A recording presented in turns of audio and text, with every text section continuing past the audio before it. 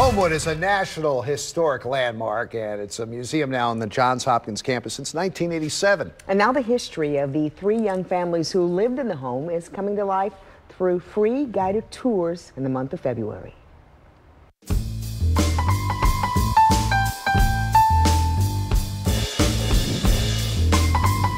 For years, the architecture and elegant interior have been the focus of Homewood Museum, a federal period mansion home.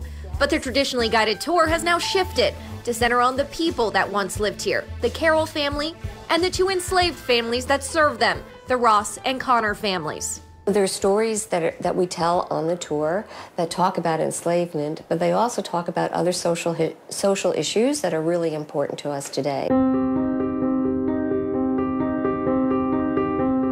The reason why I feel that it's so important to share these stories is because it's part of an accurate picture of American history. These are voices that have been placed on the margins very often and for many, many decades, and it's an opportunity for us to learn an inclusive history about what the American story is. So we're in the butler pantry, and in this room we talk about the lives of Becky and William Ross. William Ross was the enslaved waiting man to Charles Carroll of Homewood, and he would have been dressed in the livery outfit that we have over here.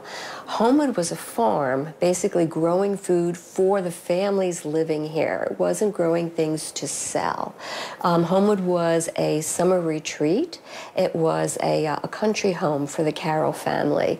So the enslaved workers and families that were on Homewood were primarily domestic servants. They were primarily enslaved as house slaves, preparing food, housekeeping, and serving the Carroll family. While a farm and not a plantation, there was still evidence of resistance. William Ross ran away in 1809, and that's an example of an enslaved person resisting his enslavement. We also have letters that speak to control of enslaved people to show that it was not easy to resist the confines of bondage. So we're at the dining room. The dining room is one of the most formally finished rooms in the house. This was a room of performance. This is a room where all the individuals who lived and labored at Homewood had some participation, had some role to play. We need to show Baltimoreans that there is something new, historically significant house that speaks to the history of our community.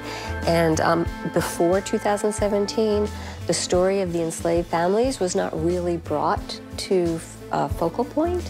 It was sort of peripheral. It's really an incredible opportunity to really look deeply at the life history of 2 specific documented families.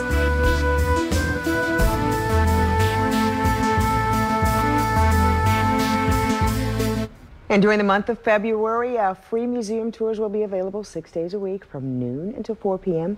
For more information, visit WMAR2news.com.